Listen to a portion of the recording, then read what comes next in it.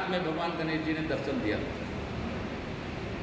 इसीलिए उनका नाम के आगे गणपति बप्पा मोरिया लगाते हैं और मोरिया करते हैं। इसी प्रकार छोटी छोटी बातें हैं जो हम लोग जानते नहीं हैं, ईश्वर के बारे में पहचानते नहीं, और हम लोग प्रश्न करते हैं, वाद विवाद करते हैं, वो ऐसा है, ये ऐसा है, वो ऐसा है।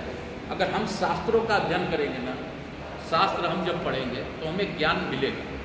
लेकिन आज के इस समय में आपको ईश्वर चर्चा, ईश्वर की बातें लोगों को माने शास्त्र पढ़ने की टाइम नहीं है। आज किसी को आप अच्छी बात बोल दीजिए तो वो आपको हंसी मजाक में उड़ा देगा, उसको अच्छा नहीं लगता।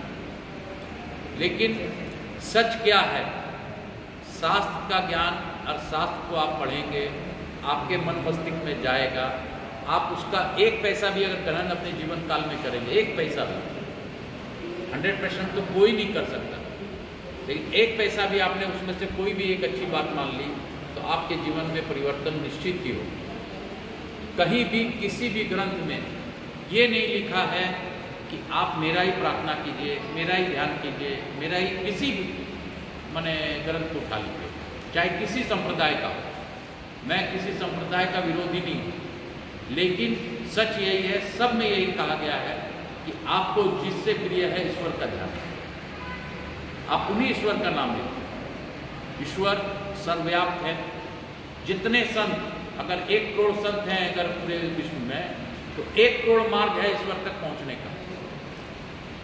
सब अलग अलग मार्ग बताते हैं, लेकिन अंततः हम लोग को एक ही जगह पहुंचना है। अगर हमको नगपुरा आना है तो नगपुरा ही पहुंचना है, चाहे हम उसको भिलाई से आ जाएं, चाहे नागपुर होके आ जाएं, चाहे रायपुर होके आ जाएं, चाहे हम कहीं से आ जाएं, हमको नगपुरा ही पहुंचना। अंत में हमको कहीं ना कहीं ऐसा स्थान है जहाँ ईश्वर के समक्ष पहुंचना। और भगवान इतने सर्वव्यापी हैं, इतने हैं, उनके नाम से ही हम लोग को पता चलता है, सत्यम शिवम सुंदरम। सत्य ही शिव है और शिव से सुंदर कुछ नहीं। शिव जी, आप लोग को पता हो या ना हो, शिव जी एकदम स्फटिक की तरह एकदम श्वेत है, उनको श्वेत वन कहा गया। भगवान भोलेनाथ के कितने मुख हैं बता सकते हैं क्या? 4 मुख हैं, और लेकिन हम लोग एक ही रूप में जानते हैं। सच में 4 मुख है उनका, और जिस तरफ से भी देखिए वो सामने ही दिखते हैं। चारों तरफ से आप देख लीजिए, वो सर्वव्यापी है, चारों तरफ दिखते हैं।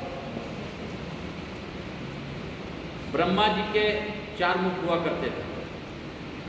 एक मुख भगवान भोलेनाथ ने पार्वती मैया का जब विवाह किया था, भगवान माने ब्रह्मा जी ने उस समय कुदृष्टि डाल दी थी, उसी के कारण उनका एक मुख को वहीं काट दिया गया। जो आज भी आप बनारस के पास में एक नदी बहती है, उस नदी में अगर आप नहा लेते हैं या कोई भी उसका पानी पी लेता है या किसी तरह का भी उपयोग ले लेता है, तो उसका सारा पुण्य जन्मों जन्म का नष्ट हो जाता है। आज भी बहती है वो। तो ऐसा नहीं है, वह नदी कुछ नहीं, ब्रह्मा जी का ही खून बताया। तो ऐसा है, ईश्वर बहुत ही सरल है, बहुत ही सर्वव्यापी है। ईश्वर को किसी भी रूप में मानिए। कल जो भैया है उन्होंने कहा कि मैं कृष्ण का भक्ति करना चाहता हूँ, तो मुझे कैसे प्राप्ति होगी? तो उसका भी मैंने जवाब दिया कि कृष्ण और विष्णु, शिव कोई अलग नहीं है। बोले मैं तुलसी माला रखना चाहता हूँ, तुलसी माला पहनूँ कि नहीं पहनूँ, किस रुद्राक्ष पहनूँ? नहीं, तुलसी माला पहनूँ। तुलसी माला में आपने देखा होगा, जब बाजार से आप खरीदने जाते हैं तो उसके साथ एक रुद्राक्ष डला हुआ होता है। कभी गौर किया? क्यों? कि तुलसी माला में भी हरि और हर है।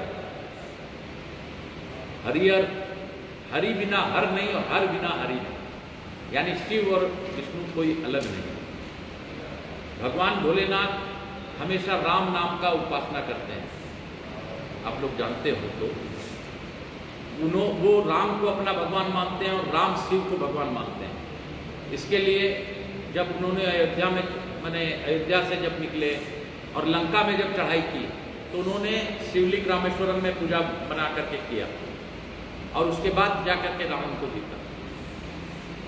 और लेकिन शिव राम को मानते हैं, हमेशा उनका अगर ध्यान मग्न मुद्रा में वो राम राम होते हैं। तो इसी प्रकार है, हम लोग को प्रयास करना चाहिए कि जिस भी ईश्वर से प्रेम हो उस ईश्वर का नाम स्मरण जरूर करना चाहिए और जीवन में एक लक्ष्य बनानी चाहिए। कोई बाधा नहीं है, कहीं पर भी आपको किसी भी रूप में अगर आप थोड़ा सा भी नाम अगर अपने जीवन में शामिल करेंगे तो आपके जीवन में कष्ट कम होते ही दिखेंगे। बीमारी आना जाना ये सब एक नेचर वाइज होगा ही, क्योंकि आज कलयुग का परिभाव है, कलयुग अपने अंतिम चरणों की ओर बढ़ रहा है। तो कलयुग में इस तरह का बीमारी आना, परेशान होना, हम लोग का टेंशन बढ़ना, हम लोग को हर चीज़ अपने ओर खींचना, ऐसा है। अच्छी चीज़ हमें अच्छी नहीं लगेगी, बुरी चीज़ अच्छी लगेगी। हमारा ये संस्कार बन रहा है, ये कलयुग का प्रभाव है।